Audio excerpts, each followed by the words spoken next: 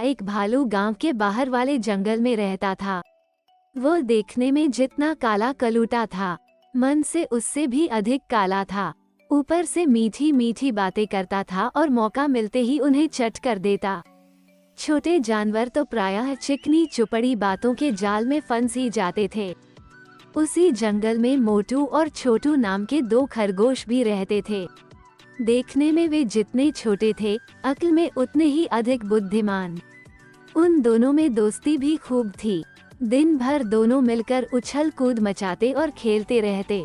बातों ही बातों में कालू भालू का जिक्र आ गया।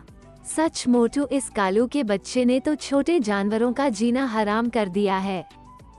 वो रोज ही किसी न किसी को अपने जाल में फंसा ही लेता है।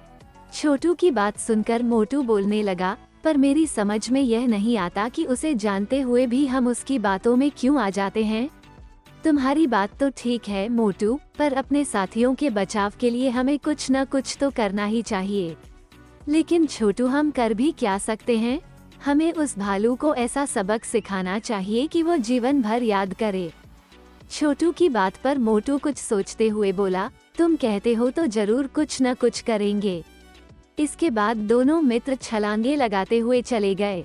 एक पेड़ के नीचे बैठे वे सुस्ता रहे थे। तभी कालू भालू की आवाज उनके कानों में पड़ी। उस समय छोटू ने सोचा कि यदि वे भागने की कोशिश करें तो शायद कालू भालू उन्हें दबोच लें। इसलिए वह बातें बनाते हुए बोला, अरे कालू दादा, आप यहाँ घूम रहे हो? वहाँ गुफा में विचित्र जीव देखने नहीं गए? विचित्र जीव? कालू ने आश्चर्य से पूछा। और नहीं तो क्या, आज जंगल के कोने वाली गुफा में जाने कहाँ से एक विचित्र जीव आ गया है। उसका शरीर सांप जैसा लगता है, मुंह शेर जैसा और पूंछ लंगूर जैसी। सभी जानवर उसी को देखने गए हैं। अच्छा, तो मुझे भी वहां अवश्य जाना चाहिए, कालू भालू बोला। कालू भालू वास्तव में ही उनकी बातों में आ गया था। वो उन्हें फांसने की बात भूलकर गुफा में आए विचित्र जानवर को देखने के लिए मुड़ने लगा। तभी छोटू ने आवाज लगाई, कालू दादा, तुम्हें याद है न कि उस विचित्र जानवर का मुंह शेर जैसा है? उसका मुंह देखकर डर मत जाना। आप ध्यान से गुफा में घुसकर उसे अच्छी तरह से देखना, बड़ा आनंद आएगा आपको। छोटू की बात सुनकर कालू अकड़ते हुए बोला, शेर का मुंह तो क्या, वो असली शेर भी हुआ तो मैं डरने वाला नहीं। इतना कहकर कालू भालू विचित्र जानवर को देखने की उत्सुकता में गुफा की ओर चल पड़ा। उसी समय मोटू और छोटू खरगोश भी दौड़ते हुए दूसरे रास्ते से गुफा के पास पहुंचकर छिप गए। थोड़ी देर बाद कालू भालू गुफा के पास आया और इधर उधर झांककर गुफा के अंदर जाने लगा। सामने ही शेर का मुंह देखकर वो मन ही मन सोचने लगा कि वास्तव में ही वो विचित्र जानवर होगा। बिना किसी झिझक के वो अंदर जाने लगा।